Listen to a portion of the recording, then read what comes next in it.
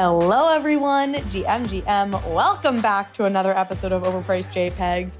It is time for your Wednesday interview, and I am so excited for today's episode. Today, I am joined by the team over at Reddit, who has been overseeing the Avatar Collectibles program. I'm joined by Connell Murray, the art director of the Reddit Creative Studio, Daniel Conway, product manager on the team that built the Avatar Collectibles program, Stephanie Kwan, the go-to-market strategist for Marketplace, which is the team that oversaw the Reddit Avatar Collectibles program. They're going through a little bit of a rebrand right now.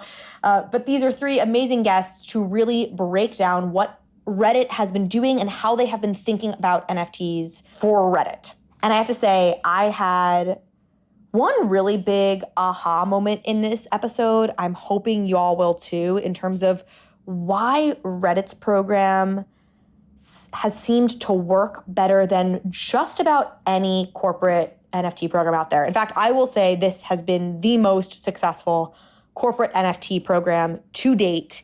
And I think I know why. And I think after this episode, y'all will know why too. And we kick off with just like, is this real? Like, is Reddit actually onboarding the millions of people it appears to be onboarding through their platform?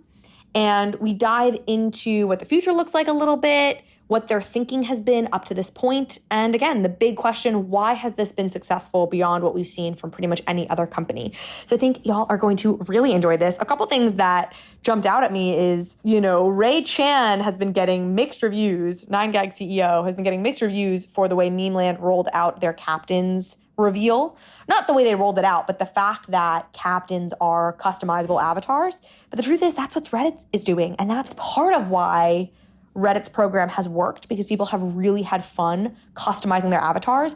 So as they were talking a bit about the program, I was thinking about 9gag and how savvy I think Ray Chan is, and whether or not people liked it in the short term, I think history will probably prove him right in terms of his core thesis there. So that was interesting. And then I also should note, I was told that I couldn't basically ask about the API stuff that's been going on with Reddit in the news recently. This team has nothing to do with that. This team is really just focused on Avatar Collectibles. So we did not talk about the API at all. If you notice that, that's why. It really wasn't the team to talk about that with. Okay, a couple of admin notes before we dive in. First, we have our event with Stephen Teglis, who is the CEO of Cool Cats, and Klon, the artist behind Cool Cats, coming up in Los Angeles on July 25th. It is a Tuesday. We're going to be at Danvers Gallery in Culver City. You can go to opjtour.com right now to go get your tickets for that. Thank you, of course, to the folks who are making that possible. OpenSea, Web3 Sense, and Nouns Builder, which is an awesome team.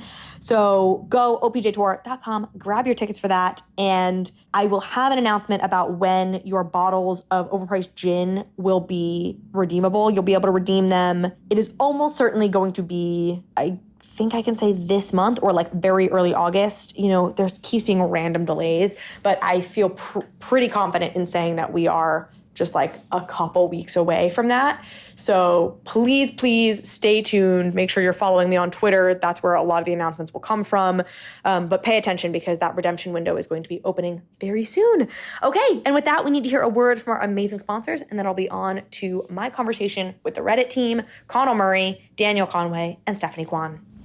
Y'all know the phrase, not your keys, not your crypto. Well, in a world where too many people have had to learn that the hard way, Overpriced JPEGs is proud to partner with Ledger, the world leader in critical digital asset security. Ledger's Nano S Plus and Nano X hardware wallets, paired with the Ledger Live app, Ledger's own software for setting up your Nano device and managing your crypto assets, is the easiest way to start your crypto journey while maintaining full control of your digital assets. You can use all your favorite dApps with Ledger Live, accessing 15 plus Web3 apps, including 1inch, Paraswap, Lido, and Zerion. So you can not only manage, but also grow your portfolio. And Ledger Live is available on mobile and desktop. Securing digital assets shouldn't be complicated. Ledger is as easy as it gets. Uncompromising security, effortless connectivity, full transparency, Ledger is your one-stop shop to trade and track crypto, grow your assets, and manage NFTs. Secure your future with Ledger. Visit shop.ledger.com today or check out the link in the show notes. I am so excited to announce that this year, Overpriced JPEGs has partnered with OpenSea, the world's leading NFT marketplace built for everyone, creators, collectors, noobs, and experts alike. I'm an OpenSea user because they have the best selection of NFTs and a truly inclusive view of the ecosystem, supporting 8 chains and 8 global languages. I trust the systems they've put in place to keep the space safe, like copy mint protection, malicious URL detection and removal, robust verification, and more. It's why they are the place to buy, sell, and create NFTs. That's right. You know OpenSea, you use OpenSea, but did you know that OpenSea now has drops? New exclusive projects launch every week from top projects and creators, and you can check them out now using the link in the show notes. They also recently introduced self-serve drops, which is in beta, and allows creators to launch their projects right on OpenSea. This drops product gives creators access to tools like rich storytelling drop pages, multi-chain support, and drop mechanic customization. The full launch for self-serve drops is coming this spring. So check out the upcoming drops on OpenSea right now using the link in the show notes and own what moves you. You'll also be supporting the show in the process. Connell, Daniel, Stephanie, welcome to Overpriced JPEGs. Thanks so much, Carly, for having us. This has been a long time coming. I'm excited to finally be sitting down with the three of you. No, it's exciting. We're all super excited. I feel like I can't when this kind of thing happens. I know it's coming, and I can't remember I can't plan beyond that day. So this is kind of like I'll figure out what my life is afterwards. Yes, there's before Overpriced JPEGs and after Overpriced JPEGs. And we'll never be the same again. Well, and actually, it's fun to have you on the show right now because this is the 1-year anniversary, I believe, of the Avatar collectible program at Reddit. It was July of 2022 that it launched. Is that right? Our collectible cake day, almost to the day. What was the first day? July 11th. Oh, wow. We're recording this on July 12th for folks. They won't hear it until July 19th, but still pretty good. Yeah. You nailed it. Yeah. Okay, so one of the things that has struck the industry about Reddit and what first really captured everybody's attention were the numbers you were putting up, like millions of wallets being formed via Reddit for avatars. Everyone was very excited about that. What's even more striking, perhaps, is that you still seem to be onboarding millions of new wallets. And so I want to throw out this stat and then I want to dive into it, which is, I think back in May, Dune Analytics was reporting that there were 10 million unique wallets holding Reddit avatars. When I looked today in July, it's 13 million wallets. That's 3 million new wallets in the last 2 months, which is crazy in a market where nobody's doing anything with NFTs anymore. So my first question is that real? Are those new people getting Reddit NFTs? Or I know we don't call them NFTs, but digital collectible avatars? Help me understand that number, that 3 million growth from May to today. It's real. I mean, That's great. Yeah. So I think a part of what we're doing that might be somewhat different is getting onboarded to collectibles and Reddit doesn't have the prerequisite of understanding everything about crypto, wallets, and Web3, like it might in other places in the space. And so kind of flipping that around makes it easier for us to onboard users and easier for users to understand the value of having a wallet and why it's needed for a collectible in the long term. So talk me through that process right now over the last 2 months, what those 3 million that have come in, has that been people proactively setting up a vault, which is what Reddit calls their wallets, or has it been more of a process of y'all giving vaults to active members? How has it looked? Yeah, so there's two main ways users, community members can get vaults today. One is through purchasing a collectible avatar in the shop on Reddit, which you can access, in the side drawer on mobile, in your builder where you dress and style your avatar, which is where the shop currently lives. And the other is through what we call claiming a free avatar. And I think you've seen this, and I think you've talked about it before potentially. But we early on last year, as a part of our launch, we gave away a lot of free collectible avatars. And in order to receive that avatar, and for us to mint it, obviously it needs to go to a wallet. A user needs to create a wallet. So those are the two ways users are creating wallets. So all of those users in the last 2 months who created new vaults claimed or purchased a new avatar. Okay, let's talk about this claiming piece, and let's even take it back to last July. Because the way you kicked this all off, which I think was really savvy, was like gifting these essentially to really active members of various Reddit communities. Do I have that right? Yeah, so we initially launched with the shop, and then shortly after we launched with the claim slow, where we gave them to active members of Reddit in general and communities on Reddit. Yeah, it was kind of a two-pronged approach. What was the thinking there? Taking it even further back, y'all have had these PFPs. I don't know if that's what you called them, but these, folks could have these identities on Reddit long before you were using blockchain. And they could customize those characters, and then you added this blockchain component. Is that right? Do I have that right? Yeah, that's right. So about a year and a half, 2 years prior to our launch last July, we introduced, and other folks on our team built, avatars on Reddit. But the central concept around avatars on Reddit is a form of users displaying their identity. Like, identity on Reddit is kind of in this like amorphous thing due to the varying types of content on Reddit, how people engage on Reddit, the different types of communities, and the content that people want to post or comment about. And so this provided a central way to everyone to identify on Reddit without doxing themselves, or without saying, I'm Daniel, I wear glasses, I have brown hair, here's where I work, here's my LinkedIn. And so we did that a couple years prior to launching collectible avatars. And so the concept of avatars on Reddit was not entirely new last July. And then what was the thinking behind adding the blockchain component and the go-to-market piece of this? And I don't know, Stephanie, if you want to speak to that, like that decision to onboard people by gifting it to active community members, et cetera.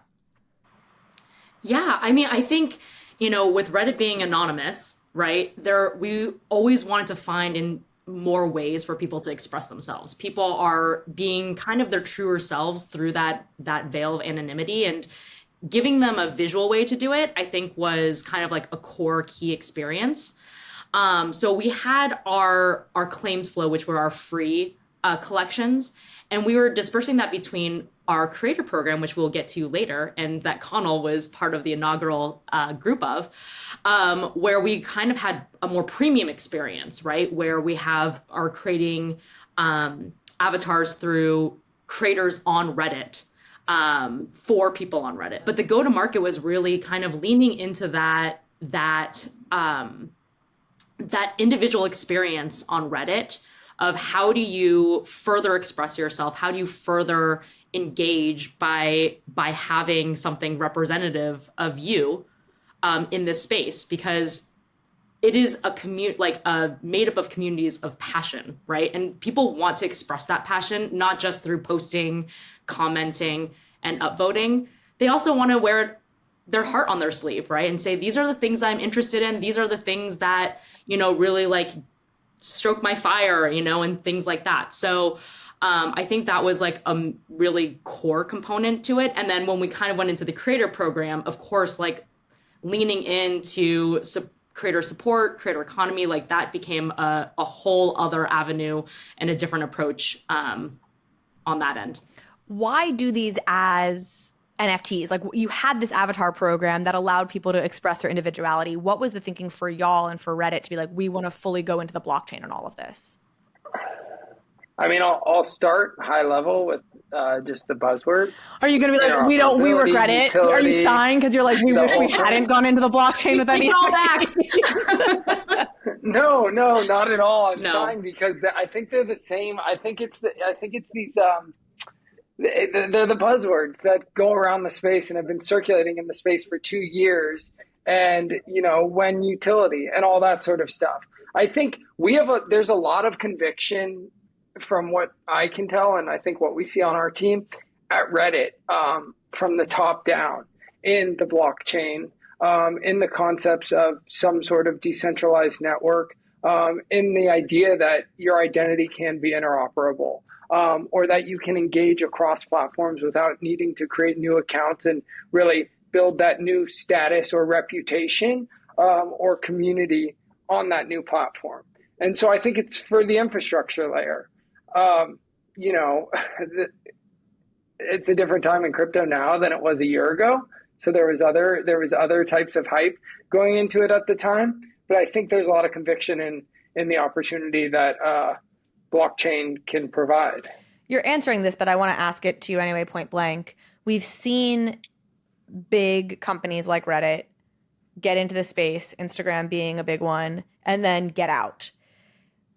How deep is this is the word you were just using, but conviction at Reddit?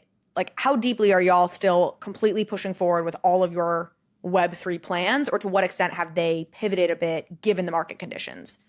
I mean, I think we're moving forward as consistently as we were prior. Now, what we build and the products we launch change based on what's happening in the market, what users want, the feedback we're receiving, and what we're seeing in the space. But the conviction is still there. I mean, even to the Instagram point, right? Yeah, we do see those folks get in and out, and that's true. Interestingly, and this is maybe a risky thing to bring up, but with Threads and the whole concept of the Fediverse and the idea that it's a federated system where you can interact on Mastodon with your Threads account. Yep. There's something there that's very related, even if it's not buying and selling NFTs on your Instagram feed. I love it. I mean, I like that answer. So going back now to when you guys started in July, and let's just talk about this program. So you launched and you had basically two different routes to go. Stephanie, you were getting at this. You had these free to claim, create your identity avatars that you had added the blockchain to, but this was a program that had pre-existed your work in blockchain, I guess, let's say.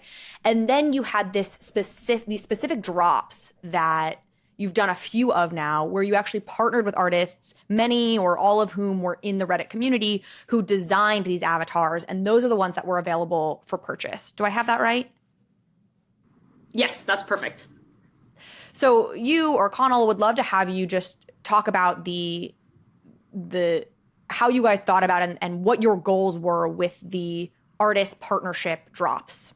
It's funny. I can talk a bit. I can talk a bit the bit that comes just after this, because actually this was my debut in Reddit. Is I was brought on as one of the artists, and I can talk a bit about the process that happened when I was brought into the creative program and after that. But Stephanie, if you want to talk about the thinking behind prior to the program first, and then I can talk about that. Yeah. Absolutely. I can lay a little bit of groundwork on that. I mean, it was a grand experiment, quite honestly, right? I think the larger Reddit team has always had an appetite to attract creators onto the platform, but Reddit is the most untraditional social media platform out there, right? It's a decentralized, community-led platform. So and it's anonymous. So through all those different factors, like how do you have a traditional quote influencer from Instagram make a big splash on an anonymous platform that is not individual based, but community based, and is also mostly text based in a lot of ways, right? As well, traditionally. And so I think that this was an experiment, and it really was scratching that long itch that we've had as a company to get creators involved. And this was a perfect avenue to do it. We started with a cohort of about 30 artists for our first two generations. And we thought the best place to start was through our community. And so we started finding people that were contributing in various art-based subreddits, and kind of embarked on this journey and experiment together. And that's where we found Connell, and we are so lucky that we did. This was the thing that I think you don't see with all of this as well is the community aspect was really important from what I could see when I was first brought into it, because Reddit was this big company. You know, when I was kind of contacted by Reddit, I nearly thought that, okay, this is for some subreddit, this is for some small thing. But no, it was Reddit. And they asked me to be a part of this. And it was just, I think it was 29 other artists or 29 other artists beside myself at the time. And that what was kind of really obvious from the beginning is that they were treating it as a community-centric thing. They were treating me as a person. They weren't treating me as someone that they wanted to kind of like run an experiment on. Hey, you know, we're going to make some money off you. No, it was really, you're a person. You're a part of this community. We would love to see what you can do and what you can contribute to this. And it really stayed very human. And for a combination of, a big company going into Web3, for them to keep it so small and human was a really kind of magnificent thing. And I really think that is a testament to the fact that the creative program is, one, still going, and two, has been a huge success because it was very kind of close to the ground on that. And what was the pitch to you? Like, did they say, hey, we want you to create art that'll be part of this NFT drop we're doing? Or did they not get into the specifics like that out the gate? No, actually, so it was somebody, I worked with a person in a separate NFT project that was essentially launching for free. And I had just been making art for free for that community as well. And there was someone I knew from Reddit as well, or they knew someone from Reddit, and they reached out to me saying, hey, Reddit are doing a thing, and it might or might not be Web3 related. Would you like to be involved? And I said, yes, absolutely, right? And so I got into contact with them. I got into an onboarding call, and it just was, it was using a backing, and it was using the tech of Web3, but it was very clear that it was kind of like focused on the actual artwork that was going to come with it and what they could do with it. And for me, it was like, I get to create these avatars, I get to give these to users, they get to buy my art, they get to do all this. We are doing this, and it is possible because of the Web3 tech that we're about to use. That's the way that it came across to me at the time. I will say too, I have actually spoken to another artist way back when the first drop happened, or I guess it was a few months after probably, but I spoke with an artist who was in that first cohort as well, who didn't know about Web3 prior to doing this with Reddit, and also spoke really highly of y'all and how you approached it. So credit there. I can verify that others have said this to me privately, not recorded, and who don't work for Reddit. So let me ask, in terms of how much do you think what I would describe as maybe a gradual approach was important to the initial success? And I want to talk about some of the challenges or obstacles y'all have faced subsequently as well. But what I mean by that is you started with, hey, let's make avatars so people can have identities on Reddit, even though they're anonymous. And then that wasn't anything even to do with blockchain. Then it was, okay, let's enhance this a bit and have this ownership piece and this interoperability piece that we can create through blockchain. And now let's partner with creators and do these drops. Like, how much of that was key to it feeling organic, in your opinion? And how much do you think this would have worked even if you didn't have that history? I mean, I think it was crucial. It was kind of like for the community, by the community in some ways, right? And quite honestly, like all of the creators that have come through have been incredible ambassadors for not just the program, but just also this initiative as a whole, because we're trying to make it inclusive. We're trying to make it a little bit of a different spin than other NFT projects that have been out there, have come before us. So I think it's been crucial that the creator aspect has been such a success. And to be perfectly transparent, like Connell is like a perfect example. It has been so successful that we have actually hired them to come on board, so that as we continue to plan the future generations and iterations of the program, and as we continue to strategize on what it's going to look like in the future, the creator input is still central to that strategy. And part of where my head is going with this is, to what extent what y'all have done is replicable to other companies, and to what extent you're like this unicorn in terms of you're already a community-based place. You already had this avatar program. Like, you already had all of the groundwork laid to be able to incorporate this blockchain component without it being a jarring thing. You know, like, I'm trying to are there other companies out there that could do this, or are you just perfectly positioned for it and obviously executed well?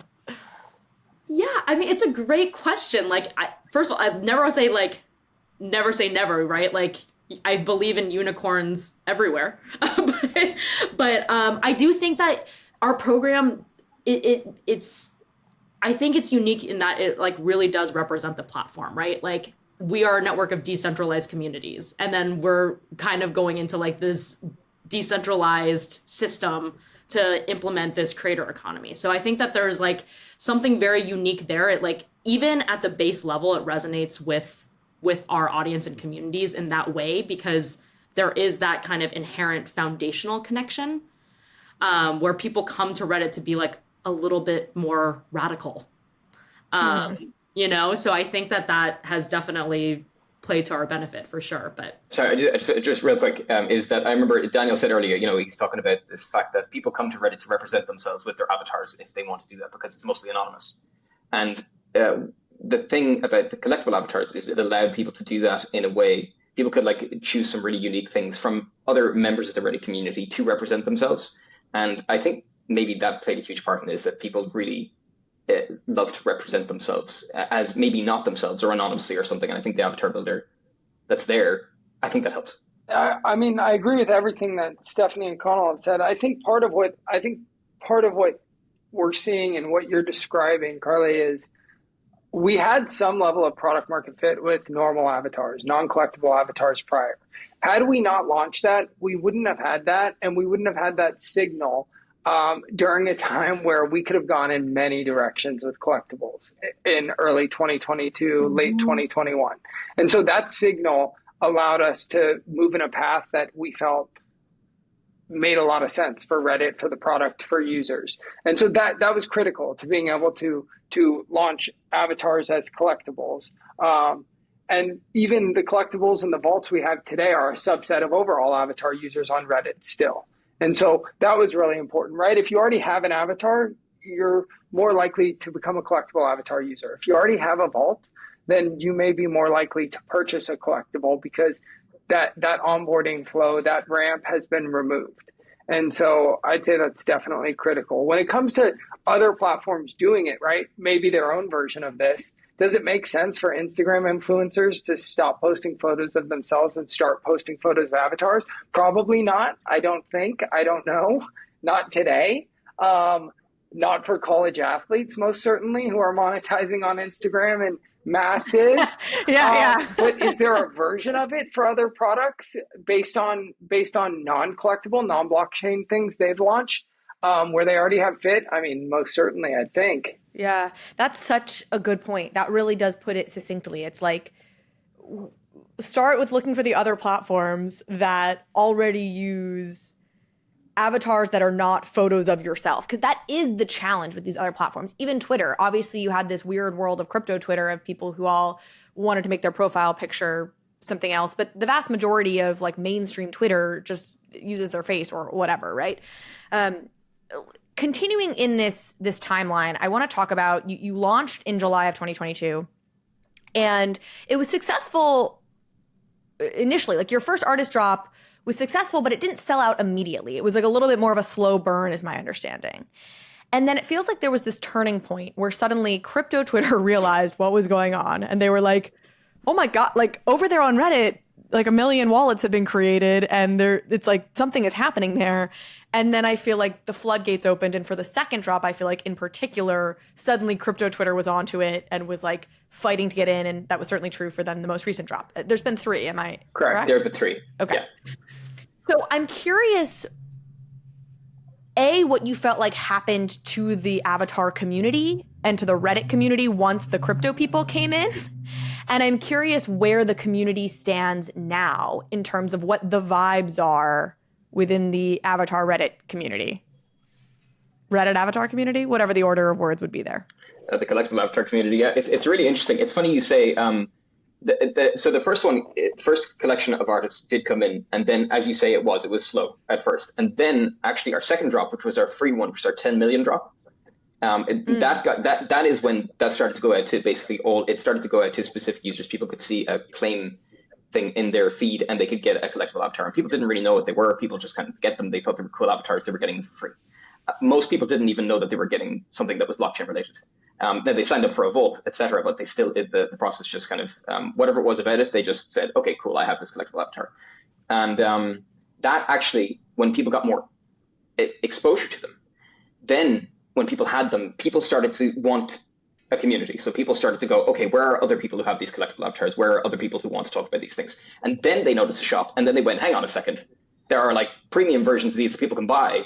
And then they started to go nuts about it. And actually, there are a couple of communities that formed, and one of them was particularly strong. And the big thing that they focused on was these mashups. Was I can mix this head with this body, with this lower body, and then that kind of like took off as a whole comparison thing, and that was cool. And I think it was probably after Creator Program 2 that basically the whole crypto Twitter came in. What do you think? Okay. I'm just curious about what you're thinking in terms of the numbers. I think that's when it. Yeah. That's when it really. That's when it turned. Yeah. I feel like there were 2 things that were happening. There was a very legitimate excitement on crypto Twitter because what this it was like proof of concept for us a little bit on crypto Twitter. Like, see, there are like people are interested in digital things and like mixing and matching and like representing themselves. Like it was a good validation that there was a core thesis we all had that was right. But the other side of this was, I guess, a lot of warnings of like, hey guys, these folks are not about to come buy your world of women, like NFTs, or like they're not about to bail out your bags, or like whatever NFT is down bad. Like these people over on Reddit are not suddenly like NFT maxis who are going to come on OpenSea and buy your other crap. And that to me was the right take, was like, hey, this is exciting because it proves something about a core thesis to NFTs, but like it doesn't mean these are all going to be NFT enthusiasts. But you're saying, so it was after that makes sense. After these 10 million had gone and there was suddenly all these new wallets, that's when you had crypto Twitter really come in. And so then tell me what you felt like happened within these communities that had just been Reddit communities that were excited about these avatars once you had crypto Twitter flood in. I think a couple of things happened. I noticed at first there was a lot of excitement, as you say, because I think after Creator Program 2 launched, and it sold out in 24 hours, I believe, or 24 hours and 30 minutes or something like that. And that was like a huge deal. And everybody went on about that. And that went all over Twitter. And I know that the secondary sales kind of went a bit bonkers after that. So I think that's when crypto Twitter actually literally came in, was like the day after that. And I think, for some people it became about money. For some people it became about the collectibles. And you could see that all of the people who were interested in the collectibles, they stayed interested in the collectibles. And they were like holding their ground. They were like, this is about mashups. This is about the community. This is what this is. And a lot of people were coming in doing, the regular, like, what about the floor price? What about this? Like, why are you guys selling below mint price? What are you doing? And there was a very noticeable kind of, I want to say rejection of that by the people who were there originally. They were like, guys, this is not your regular old crypto project. Like, we have our own thing here. Almost as if they had built like the Reddit hut first, and they were like, this is the fortress they were defending. And like, this is a special place. This is a place where we're nice. This is a place where we have avatars and we appreciate the art. And that was a big thing. And people were like, we're here about the art. I love that. And it was really cool. And they still do this to this day. And they really go at it. And it's where there's money to be made of something, especially off someone's work, when there is a limited quantity of things. Anybody's going to come in. This happens to kind of any industry on earth. If something is limited, people can make money. People are going to come in. And but the really nice thing to see is that they haven't won. They haven't taken over. And all of that, the core original people who really just want their work, they want the avatars, they want the designs from artists. Some of them just want to support artists, which is really nice. They just stay true to it, and they kind of ignore the rabble, and they're like, oh, this crypto talk will pass, and we'll just get the good art, and we'll do whatever. And it's kind of lovely for me as an artist as well. Yeah. It's really lovely. The community has been really incredible. The one that we kind of engage with the most is on r/collectible avatars on Reddit, and I mean, you just see the fandom, the passion, and also, quite honestly, just like the neighborliness, like the online neighborliness, like with people who are struggling to either understand what we're doing but want to get into it.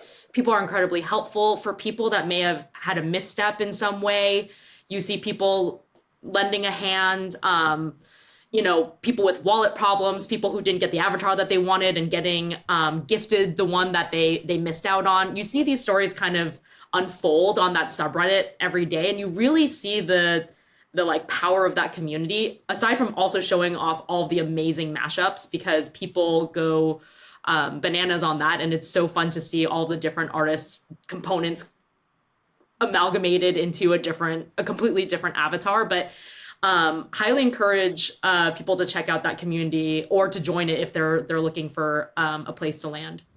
Let me introduce you to a brand new company that I could not be more excited about, Web3 Sense. A Web3 analytics platform that combines on-chain data with social media insights to give you the deepest, most meaningful intelligence into any NFT community. I have tested other analytics platforms out there, but Web3 Sense has the most comprehensive capabilities I've seen in the NFT ecosystem. They apply sophisticated data science to wallet histories to determine behavioral patterns and help shape predictive analytics. In other words, they can tell you which Twitter accounts are actually the influencers in your space. And they can tell you what resonates most within a community by looking at what other communities community's token holders are involved in. The number of use cases here is virtually unlimited. So whether you're a trader, creator, institution, brand, agency, I promise Web3 Sense has data that you want to see with the deep and actionable insights that you need to build, analyze, grow, start, whatever you want to do within the NFT space and in terms of building a business and a community. Now, they are still in very early days, so they're eager to connect with the community. So if you're interested in learning more about what Web3 Sense can do for you and your business, and you should be, go and fill out the very short form linked to in the show notes, and someone from their team will reach out with more information and an opportunity for a product demo. Trust me, you won't regret it. Well, it's funny because I feel like there's a thing on crypto Twitter of people being like, I wish they all just cared about the art again. Like, I miss the old days when it was like pure and good and people cared about mid rares, and it was the days before Blur's financialization. And it sounds like that's sort of what our collectibles has created, as like a bunch of people who care about the art. How many people do you feel like are really active who fall in this category of excited about the collectible avatar program, aren't traditional NFT people, really just in it because they enjoy the art and the collecting process of this? It kind of ebbs and flows, right? Like, certainly like the conversation and the engagement peak around either a free drop or a paid drop. So it does ebb and flow a little bit. It's a very active community every day, but in terms of like the number of people that are interacting out of that, it's hard to say. Yeah, it does ebb and flow. There's obviously hype cycles in the space and even on Reddit.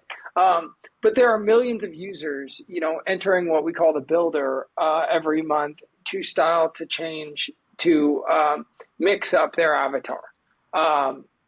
And that's because these are featured in comments and other users can see them and click on them. Like, that is a means of users engaging to show off how they support or connect with other folks. I mean, kind of prior to the last point, something that's interesting here is these aren't 10K PFP collections where everything's unique.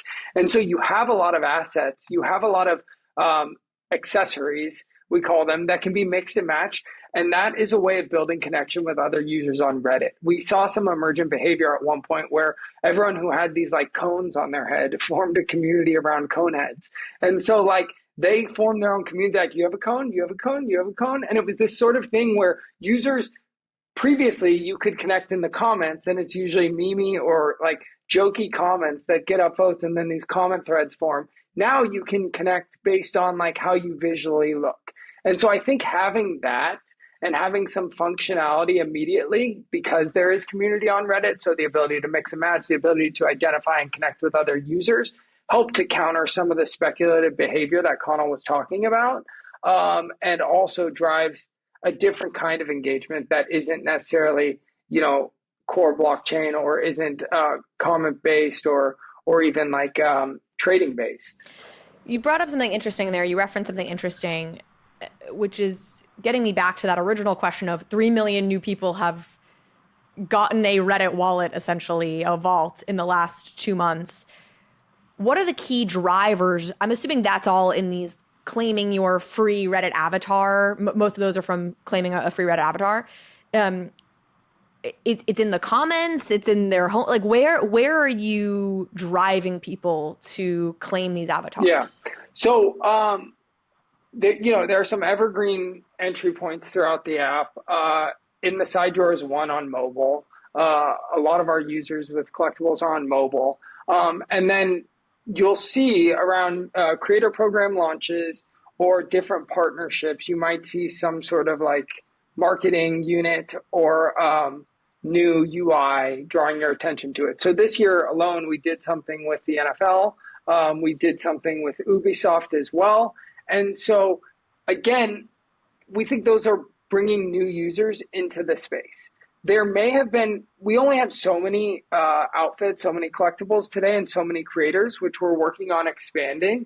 But that still may not be enough for everyone to identify. And so bringing in new partnerships, new creators, new types of IP, new types of visual treatments or artwork brings new users, new community members to the space because they found something they now connect with. And so those are the main ways that new users are coming in and that we're distributing throughout the apps. Do y'all have a goal to onboard people deeper into the Web3 universe from here? Or are you like, hey, we're pretty happy with what we got going on here at Reddit and these avatars? Yeah, we definitely want to mix. So certainly we had some people in our third generation that were a little bit more Web3 focused that joined the creator cohort. We have our fourth generation coming up soon, and there will be some people that are also well known in the Web3 space joining that. So definitely some Web3 players joining the mix for sure. Even in terms of though, okay, hey, I have this like avatar collectible that I may or may not be aware even has this blockchain backend, but has whet my appetite for this idea that is very endemic to Web3. Do you guys think about how can we bring them further into the long tail of like Web3 culture and tokens and decentralization? And is that part of how you all think?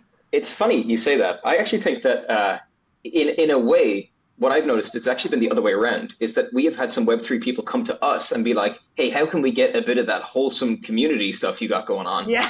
And that doesn't surprise me. Yeah, Again, so it's been people who are like desperate for the good old days. So I think we can kind of just keep on doing what we're doing, and people are going to come to us. New ideas will form, new collaborations will be made. But at the same time, I think there is a traditional way in which Web3 stuff has been done, and a lot of people see stuff, the way that NFTs are made and things like that. And I think that we have touched on kind of like a bunch of new ways to do stuff, and I think that's kind of really nice to focus on. Mm-hmm. Yeah, I agree with what Connell's saying. I think that like the welcoming aspect of what Reddit has done, and you don't have to have this insane Web3 literacy to be able to join in. I think the simplification of it all, and to try to make it as easy, the entry points as easy as possible, is kind of been our North Star. So hopefully it'll keep going that way. I think, Carly, on that, the TLDR is where it makes sense, not just for the sake of blockchain and Web3, right? Where it makes sense for users on Reddit, where we're providing value to them, where we're making it easier or integrating with ways to engage with communities on Reddit.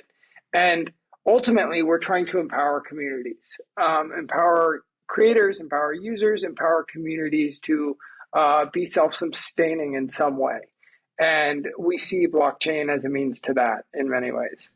I think that's the right approach. And then my question there is, where do you see interoperability leading down the line? Or how are you thinking about ways to empower or give more meaning to this whole point of interoperability? So there's a lot there. The part of the difficulty of where we're at, and this is not, I say this with humility, some of the space does need to like catch up a little bit. We see like the Fortnite Epic Games partnership, and they just straight web-2'd it all the way. Sorry, Fortnite Nike partnership. Log into Fortnite with your Nike account, and then Nike will take it from there, right? And there's actually something really nice about that in terms of a Web2 to Web3 on-ramp.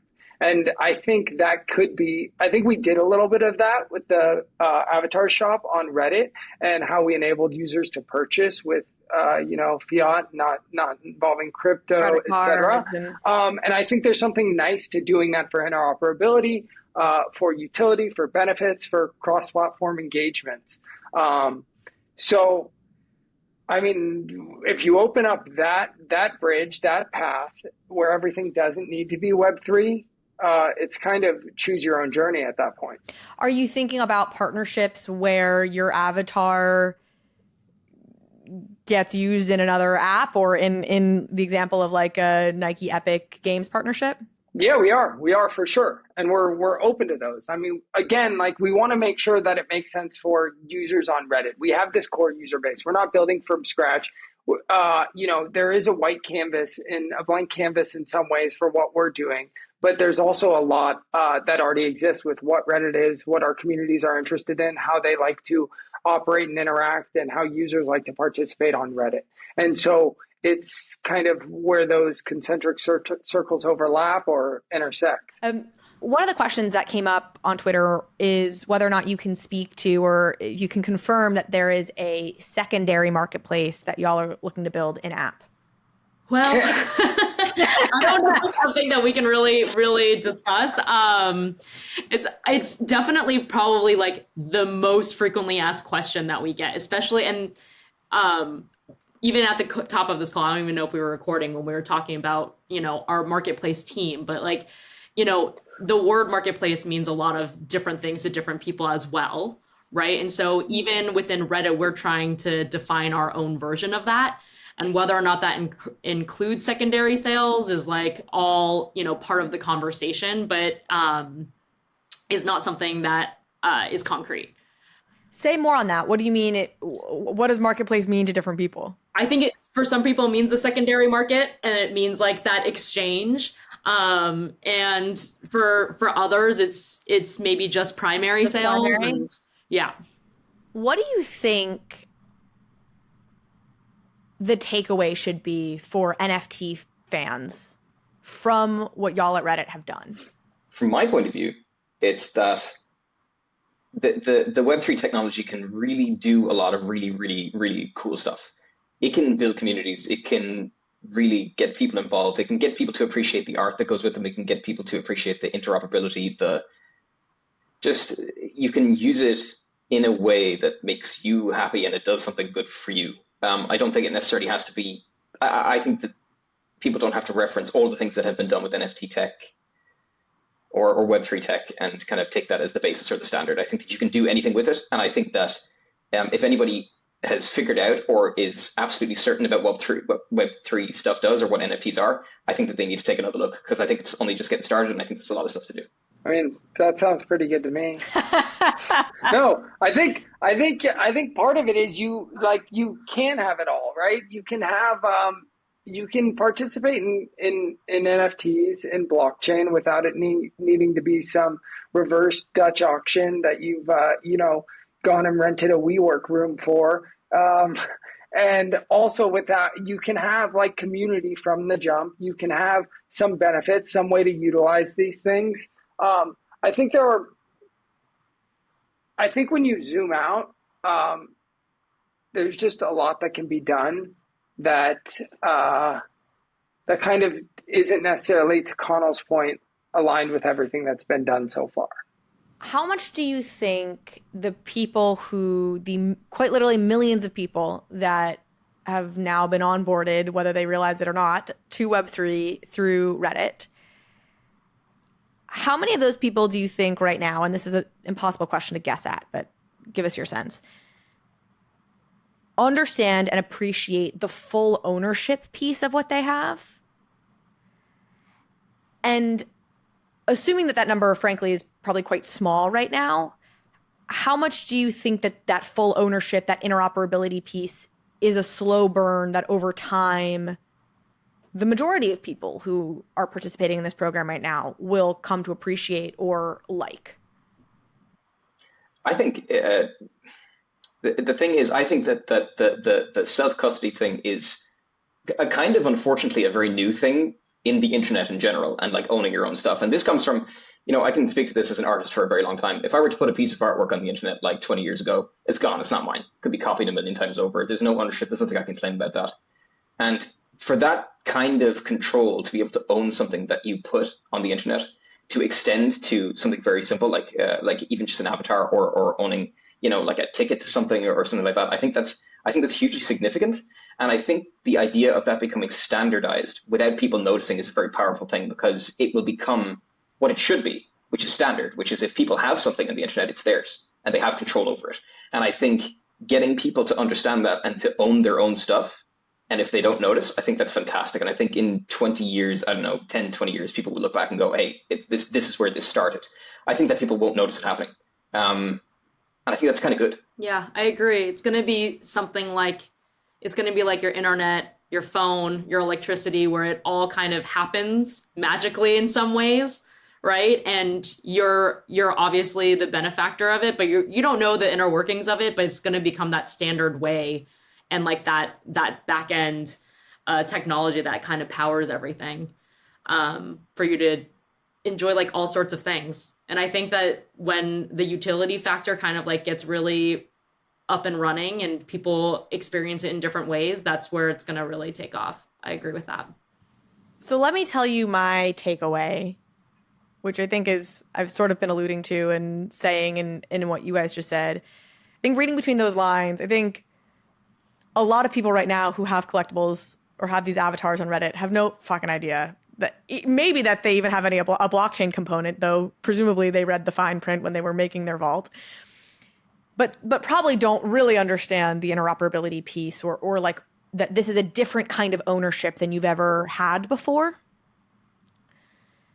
But that over time, these ideas will seep into the culture and people will come to understand that. And then whether or not they actually are doing a bunch of other shit all across the internet with these avatars, though I think some of that will be needed for this idea to really seep in, people will come to expect a fuller kind of ownership because it'll just become normal.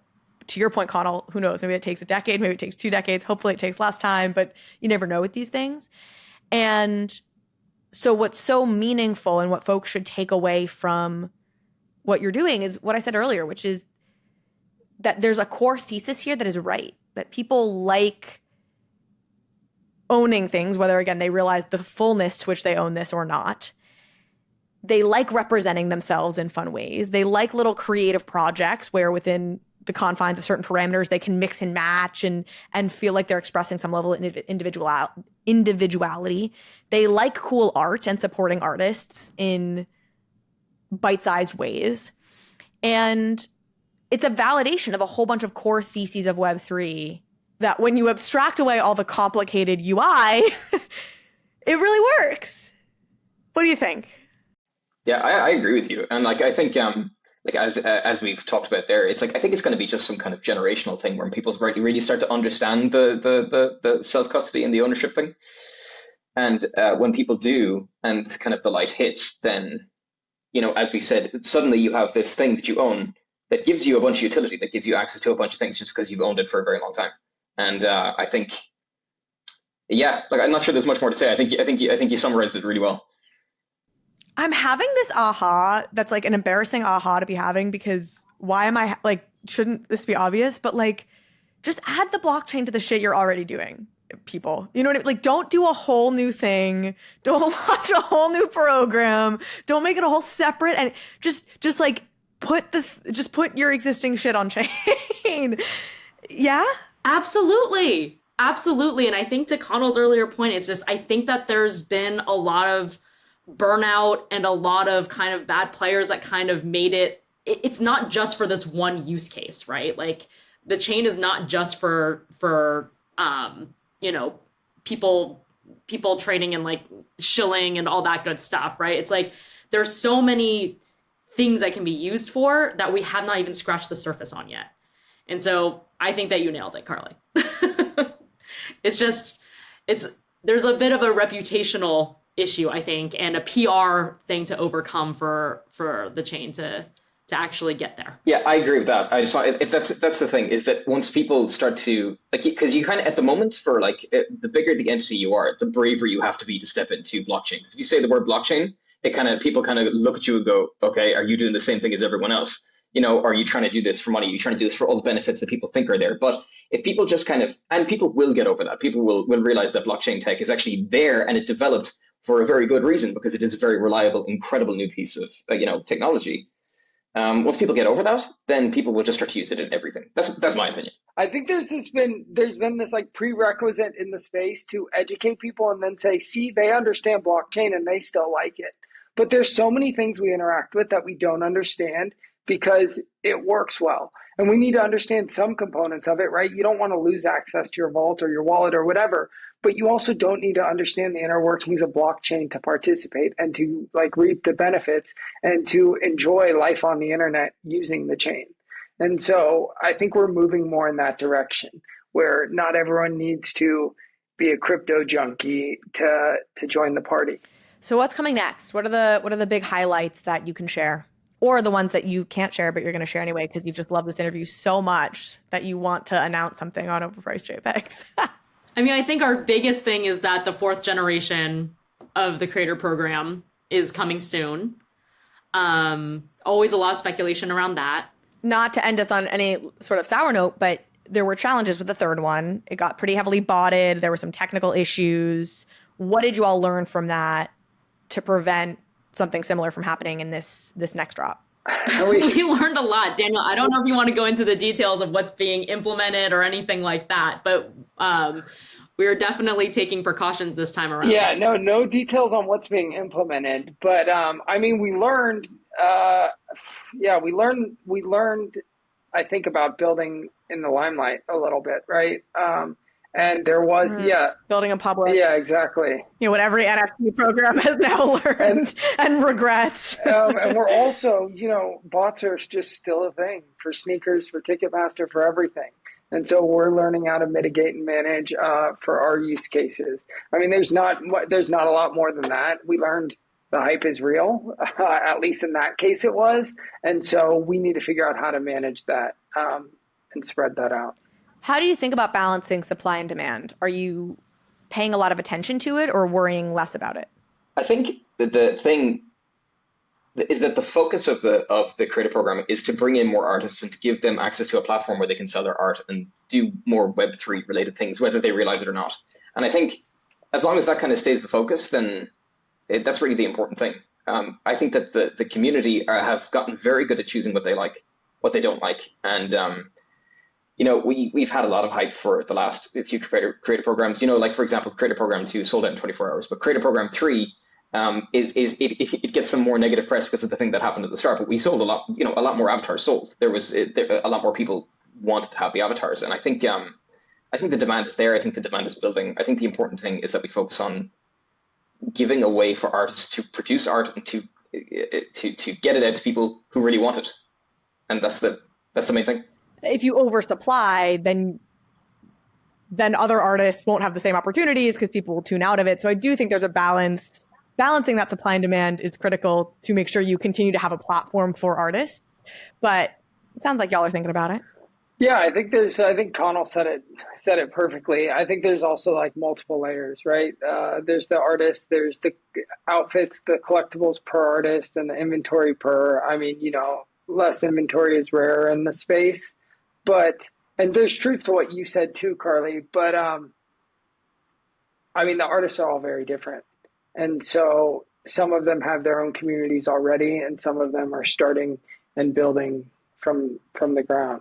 Well, and the beauty is, if it's true that the core of the community actually wants to collect these things, it becomes less of a problem because it is less about, can I flip this? Can I make a profit on it? You can have a ton of different artists and people will keep coming back to the well to say, I like this artist. I like that artist. Whereas one of the challenges you have supply and demand wise on the traditional NFT side is people are really primarily first and foremost in it to flip. And that's where those supply demand economics can become really tricky because once you have an oversupply, people can't flip them anymore. They can't make money on them anymore. And then your whole ecosystem falls apart. But if you have a core outside of just that flipping, that is, hey, appreciation for the goods themselves, that changes the dynamic for the better in a huge, significant way. Yeah, exactly. Because if you look at it then this way, then the Reddit marketplace just facilitates the people who were already using the avatar system before, who want to get something to represent themselves. And that's being facilitated. People are getting these avatars to represent themselves in that way because we have no shortage of users who want to represent themselves and who want to have an avatar. And the more people that can do that, the better. It's if you take this from the point of view, if you focus on the traditional Web3 aspect of NFTs, which is to flip something, then yeah, if you look at it and you kind of really scrutinize it through that magnifying glass, it can start to look like an NFT project that could be oversupplied. But if you look at it from a completely different lens, which is that you're supplying something that people really want and that people seem to continue to want, and we continue to supply the ability for artists to just add diversity to that, then I think that is kind of a winner. That's how I see it. Thank you all so much for joining me. This was so much fun. This time honestly flew by. We'd love to have you back on. I'm going to ping you to talk to your Community Points folks potentially as well. And just keep doing what you're doing. I'm really grateful. I know the space is really grateful to you. I think you're approaching it just right. And excited to see where this all goes. Thank you. Thanks so much for having us, Carly. This was amazing. Yeah, it's been great. Finally made it happen.